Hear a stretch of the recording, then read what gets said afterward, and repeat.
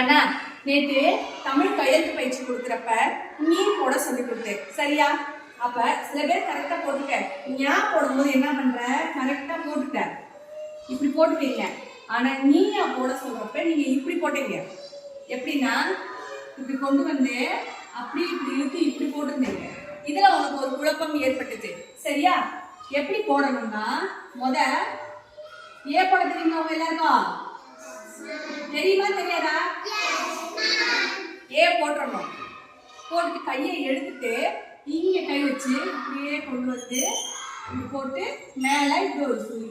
இது நீ புரிஞ்சுச்சாயா? இன்னொரு போடுறேன் பாருங்க. முதல் என்ன பண்ணணும், ஏ மாதிரி இப்படி போடணும். ஏ போட்டு கையை எடுத்துட்டு இங்க கொஞ்சம் பாதியா கொண்டு போய் இப்படி வச்சு இங்க இது மேல ஒரு சுழி. அவ்வளவுதான். அதே நீங்க எப்படி போட்டுருக்கீங்க பாருங்க, இது தப்புதான். எப்படி தெரியுமா? ஏ போட்டு அப்படியே இப்படி கொண்டு வந்துட்டீங்க. அப்படியே கொண்டு வரக்கூடாது, இங்க இருந்து தான் இப்படி கொண்டு வரணும். இதுதான் சரி, சரியா?